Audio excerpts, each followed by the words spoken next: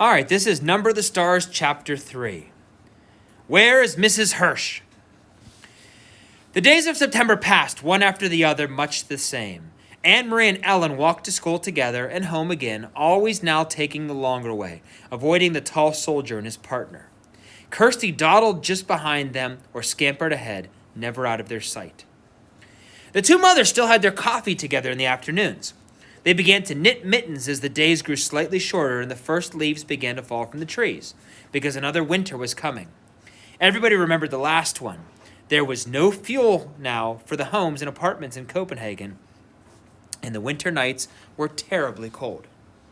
Like the other families in their building, the Johansons had opened the old chimney and installed a little stove to use for heat when they could find coal to burn. Mama used it too sometimes for cooking because electricity was rationed now. At night, they used candles for light.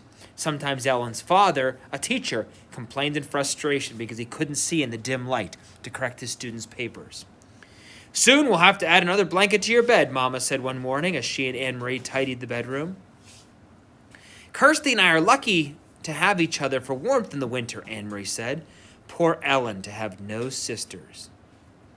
She will have to snuggle in with her Mama and Papa when it gets cold, Mama said, smiling.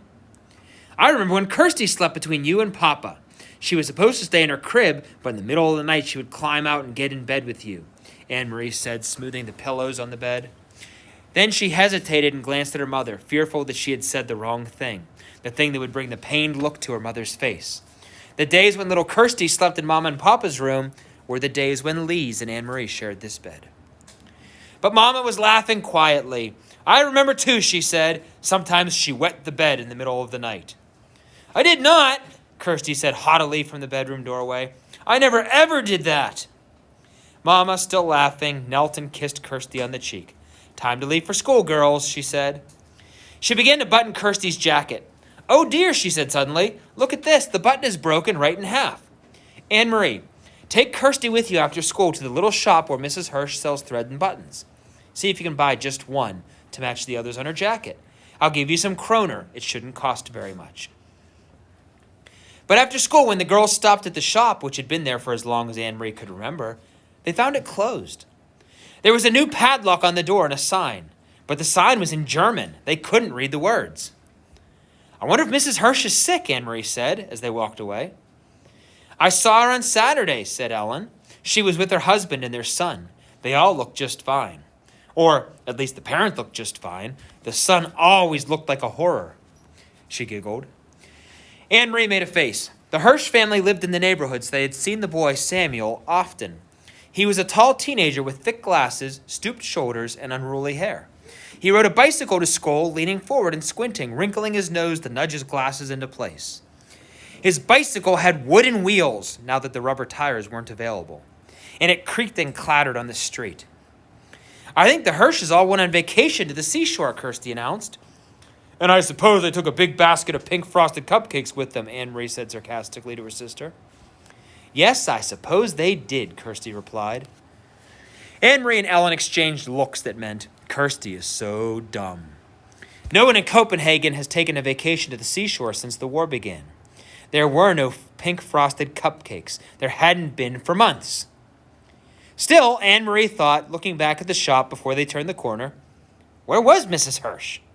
The Hirsch family had gone somewhere. Why else would they close the shop? Mama was troubled when she heard the news. Are you sure? She asked several times. We can find another button someplace, Anne-Marie reassured her. Or we'll just take the one from the bottom of the jacket and move it up. They won't even show that much. But it didn't seem to be the jacket that worried Mama. Are you sure the sign was in German? She asked. Maybe you just didn't look very carefully. Mama, it had a swastika on it. Her mother turned away with a distracted look. Anne-Marie, watch your sister for a few moments and begin to peel the potatoes for dinner. I'll be right back. Where are you going? Anne-Marie asked her as her mother started for the door. I want to talk to Mrs. Rosen. Puzzled, Anne-Marie watched her mother leave the apartment. She went to the kitchen and opened the door to the cupboard where the potatoes were kept. Every night now, it seemed, they had potatoes for dinner and very little else. Anne-Marie was asleep. It was almost asleep when there was a light knock on the bedroom door. Candlelight appeared as the door opened, and her mother stepped in. "Are you asleep, Anne-Marie?" "No, why? Is something wrong?" "Nothing's wrong, but I'd like you to get up and come out to the living room. Peter's here. Papa and I want to talk to you." Anne-Marie jumped out of bed, and Kirsty grunted in her sleep.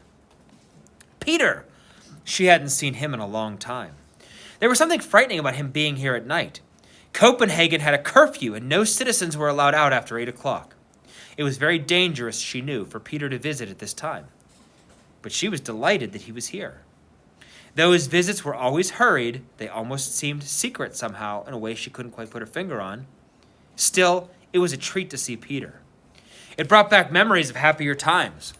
And her parents loved Peter, too. They said he was like a son.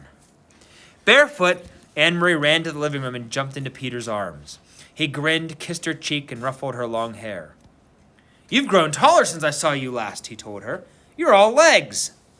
Anne-Marie laughed. "I won the girls' foot race last Friday at school," she told him proudly. "Where have you been? We missed you." "My work takes me all over," Peter explained. "Look, I brought you something. One for Kirsty, too." He reached into his pocket and handed her 2 seashells. Anne-Marie put the smaller one on the table to save it for her sister. She held the other in her hands, turning it in the light, looking at the ridged, pearly surface. It was so like Peter to bring just the right gift. "Anne-Marie," he said, "Peter tells us that the Germans have issued orders closing many stores run by Jews." "Jews?" Anne-Marie repeated. "Is Mrs. Hirsch Jewish? Is that why the button shop is closed? Why would they do that?" Peter leaned forward. "It's their way of tormenting. For some reason, they want to torment Jewish people. It's happened in other countries. They've taken their time here. They let us relax a little, but now it seems to be starting." "But why the button shop? What harm's a button shop? Mrs. Hirsch is such a nice lady. Even Samuel, he's a dope, but he would never harm anyone. How could he? He can't even see with those thick glasses." Then Anne-Marie thought of something else. If they can't sell their buttons, how are they going to earn a living? "Friends will take care of them," Mama said gently. "That's what friends do." Anne-Marie nodded. Mama was right, of course. Friends and neighbors would go to the home of the Hirsch family. They would take them fish and potatoes and bread and herbs for making tea. Maybe Peter would even come and take them something. They would be comfortable until their shop was allowed to open again. Then suddenly she sat upright, her eyes wide. "Mama," she said. "Papa, the Rosens are Jewish." Her parents nodded, their faces serious and drawn. "I talked to Sophie Rosen this afternoon, after you told me about the button shop," Mama said. "She knows what's happening, but she doesn't think it will affect them." Anne-Marie thought and understood. She relaxed. "Mr. Rosen doesn't have a shop. He's a teacher. They can't close a whole school." She looked at Peter with a question in her eyes. "Can they?"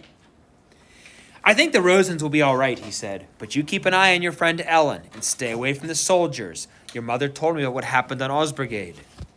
Anne-Marie shrugged. She had almost forgotten the incident. It was nothing. They were only bored and looking for someone to talk to, I think. She turned to her father. "Papa, do you remember what you said about the boy, what he said to the soldier, that all of Denmark would be the king's bodyguard?" Her father smiled. "I have never forgotten it," he said. "Well," Anne-Marie said slowly, "now I think that all of Denmark must be bodyguards for the Jews as well." "So we shall be," Papa replied. Peter stood. "I must go," he said, "and you, Longlegs, it's way past your bedtime now." He hugged Anne-Marie one more time. Later, once more in bed beside the warm cocoon of her sister, Anne-Marie remembered how her father had said 3 years before that he would die to protect the king. That her mother would too. And Anne-Marie, 7 years old, had announced proudly that she also would. But now she was 10, with long legs and no more dreams of pink frosted cupcakes. And now she and all the Danes were to be bodyguards for Ellen and Ellen's parents and all of Denmark's Jews. Would she die to protect them, truly? Anne-Marie was honest enough to admit there in the darkness to herself that she wasn't sure. For a moment she felt frightened, but then she pulled at the blanket higher around her neck and relaxed. It was all imaginary anyways, not real. It was only in the fairy tales that people were called upon to be so brave, to die for one another. Not in real life Denmark. Oh, there were soldiers, that was true. And the courageous resistance leaders who sometimes lost their lives, that was true too. But ordinary people like the Rosens and the Johansons, Anne Marie admitted to herself, snuggling there in the quiet dark, that she was never so glad to be an ordinary person who would never be called upon for courage.